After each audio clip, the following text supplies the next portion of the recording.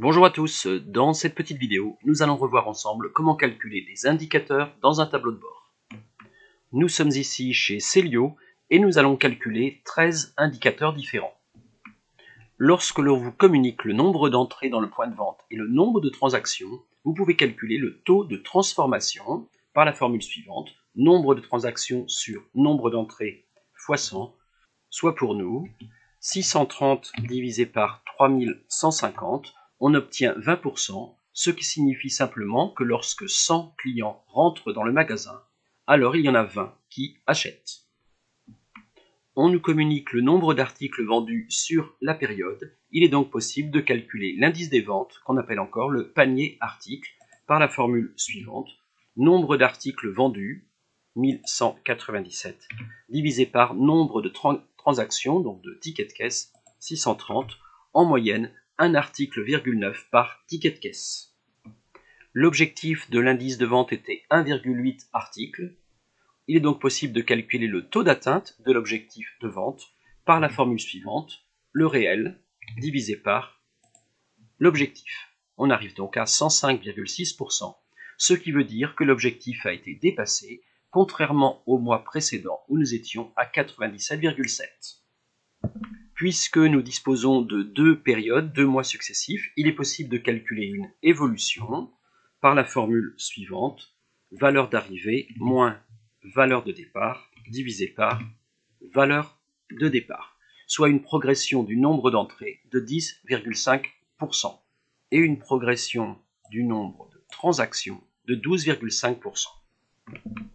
Lorsque les données sont en pourcentage, l'évolution, l'écart se calcule en points, 0,4 points pour le taux de transformation, 7,8 points pour le taux d'atteinte de l'objectif.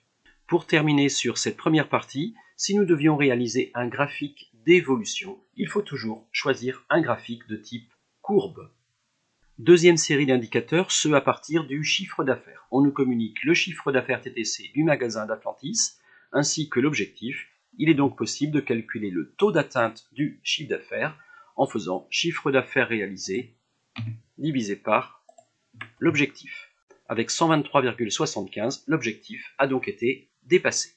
Chiffre d'affaires hors taxe, il suffit de reprendre notre chiffre d'affaires TTC et de diviser par 1,20. Pour calculer le panier moyen, il nous faut reprendre le chiffre d'affaires hors taxe divisé par le nombre de transactions, soit 28 875, divisé par nombre de transactions pour le mois en cours, 630, soit pour nous un panier moyen de 45,83 € hors taxe.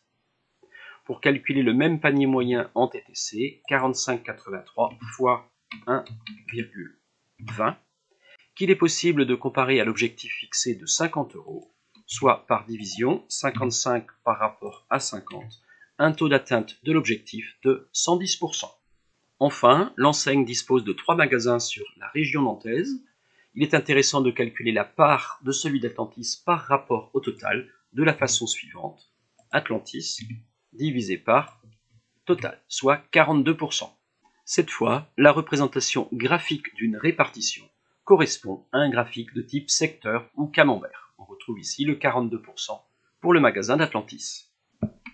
Troisième série d'indicateurs, ceux liés à la marge. On dispose du coût d'achat des marchandises vendues. Pour obtenir la marge, tout simplement, c'est la différence entre le chiffre d'affaires hors taxe, qu'il nous faut retrouver ici, moins le coût d'achat, soit une marge de 15 675. Il est donc possible de calculer d'une part le taux de marge, puis le taux de marque. Le taux de marge se calcule par la formule suivante, la marge par rapport au coût d'achat, soit pour nous 119%, alors que le taux de marque se calcule de la façon suivante, la marge, cette fois-ci, par rapport à notre chiffre d'affaires hors taxe de 28 875, soit pour nous 54%. L'objectif de marge était de 12 700 €. Avec 15 675, il a été dépassé. Nous pouvons donc le calculer de la façon suivante, 15 675 divisé par 12 700 et un taux d'atteinte à 123%.